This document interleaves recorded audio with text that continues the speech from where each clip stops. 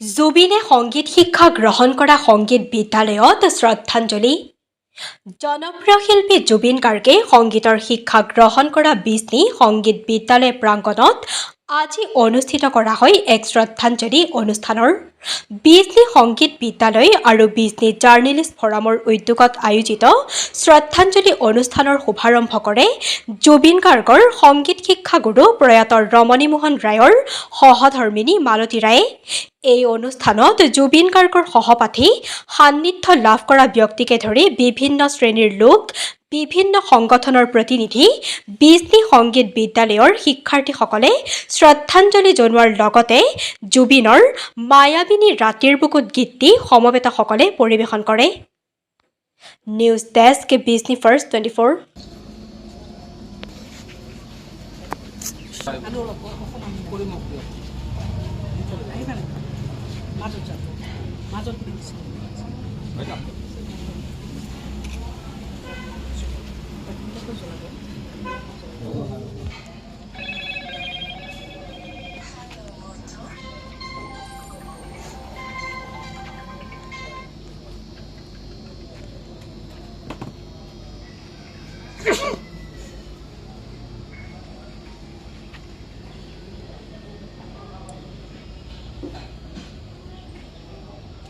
পুষ্পাঞ্জলি অৰ্পণ কৰাৰ কাৰণে আহ্বান জনাইছোঁ। সভাপতি সুনীল কুমাৰ শৰ্মা,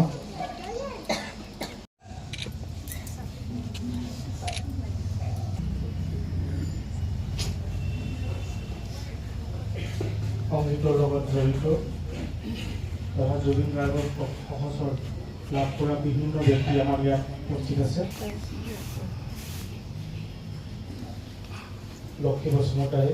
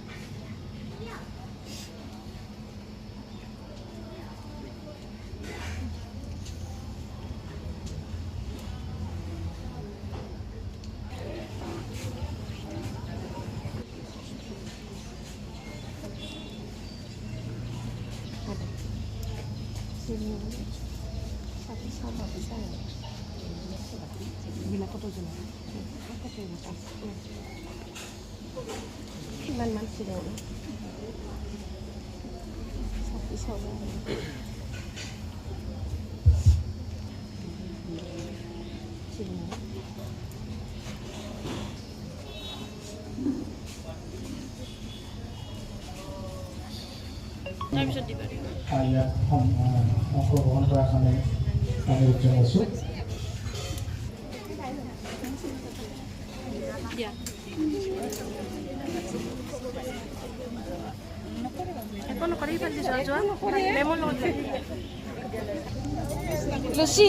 বিগত বহু বছৰ পূৰ্বে বিজনীত জুবিনৰ লগত এটা আত্মিক সম্বন্ধ আছে।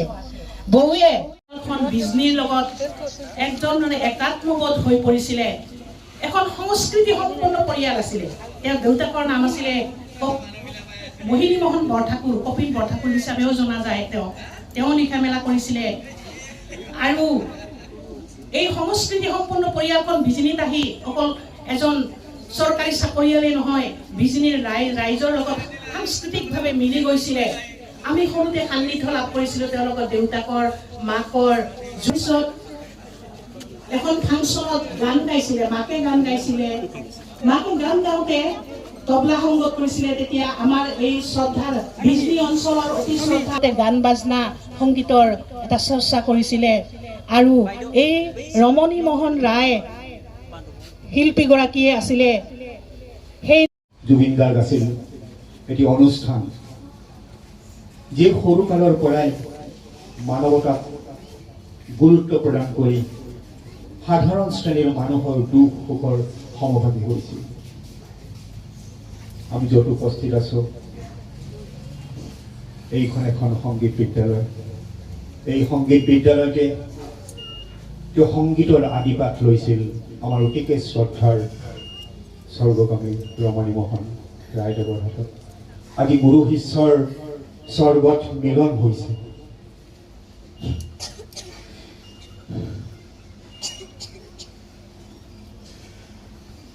ৰমণী মোহন ৰায় অতিবৰ প্ৰিয় আছিল। জুবিন গাৰ্গৰ কথা ক'লে ৰমণী মোহন ৰায় থাকিব নোৱাৰে। আৰু জুবিন গাৰ্গে তেওঁৰ যিটো গুৰুৰ মৰ্যাদা, গুৰুৰ প্ৰতি যিটো শ্ৰদ্ধা আমি প্ৰত্যক্ষভাৱে দেখা পাইছিলোঁ। তেখেতে গুৰুৰ প্ৰতি কিমান শ্ৰদ্ধা জ্ঞাপন কৰিব পাৰে। এবাৰ ৰমণী মোহন ৰায় সন্ধিয়া আমি দেখা কৰিছিলোঁ। তেখেতে ক'লে কলগীত অহা পৰহিলৈ জুবিন গাৰ্গ অভয়পুৰীলৈ আহিব। হঠাৎ যোৱাকালি মোক অভয়পুৰীৰ এটি অনুষ্ঠানে এখন নিমন্ত্ৰণী পত্ৰ দিলে আৰু সেই অনুষ্ঠানটোৰ প্ৰথম চৰ্ত জুবিনৰ আছিল যে মই সংগীতৰ আদিগুৰু বিজনীৰ বাসিন্দা ৰমণী মোহন ৰায় আপোনালোকে বিশিষ্ট অতিথি হিচাপত যদি মাতিব পাৰে তেতিয়াহে মই সেই অনুষ্ঠানত ভাগ ল'ম। কিমান মানৱতা, কিমান গুৰুৰ প্ৰতি থকা শ্ৰদ্ধা, এই কথাখিনি ৰমণী মোহন ৰায়ৰ পৰা আমি নিজ মুখে শুনিছিলোঁ।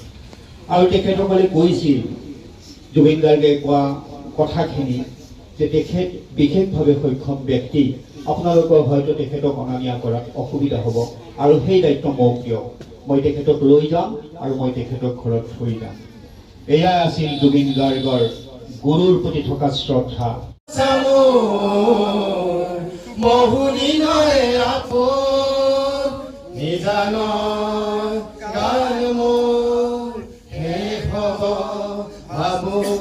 তোমাৰ বুকু মায়াবিনী ৰাতিৰ বুকু দেখা পালো তোমাৰ ছবি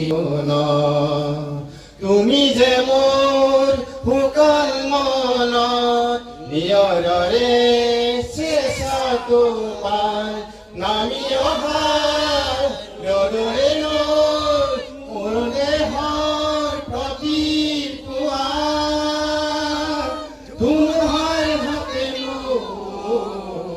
বহু যুগৰে নাচো এনাৰো হসামো বহু দিনৰে আপোন নিজানো গান মোৰ শেষ হ'ব ভাবো তোমাৰ বুকু।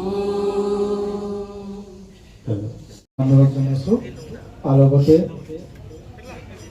এই অনুষ্ঠানটো আমি সন্ধিয়ালৈ ৰাখিম বুলি শ্ৰদ্ধাঞ্জলি জ্ঞাপন কৰিব বিচাৰিছে, তেওঁলোক আহিব পাৰিব।